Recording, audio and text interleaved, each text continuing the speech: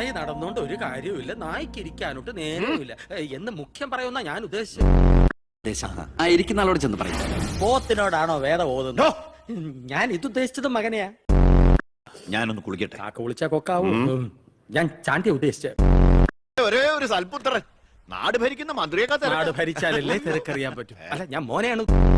അവൻ ചിരിച്ചോണ്ടാ ഇടപഴകുന്നേ, കുഴപ്പമില്ലെന്ന് തോന്നുന്നു. ചിരിച്ചോണ്ട് പൊളിച്ച തെറി പറയാനും എടുക്കന മകനെ. IAS IPS ഒക്കെ കാണുമ്പോ ഇത്ര ആക്രാന്തം? വിദ്യാഭ്യാസ മന്ത്രി ആയതുകൊണ്ടാണോ വിദ്യാഭ്യാസം കുറവായതുകൊണ്ടാണോ? അല്ല, പറഞ്ഞു കൊടുക്ക സാറേ, ഇംഗ്ലീഷ് അക്ഷരം കൊണ്ട് എന്താ അത്ര ഭ്രമമെന്ന്?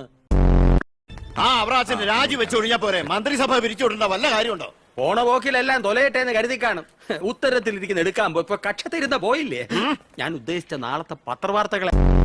തോൽവി എന്ന വാക്ക് എന്റെ ചരിത്രത്തിലില്ല. സ്കൂളിൽ പോകാത്തോണ്ട് അവിടെയും തോറ്റിട്ട് ഞാൻ ഉദ്ദേശിച്ച എന്നെ തന്നെയാ.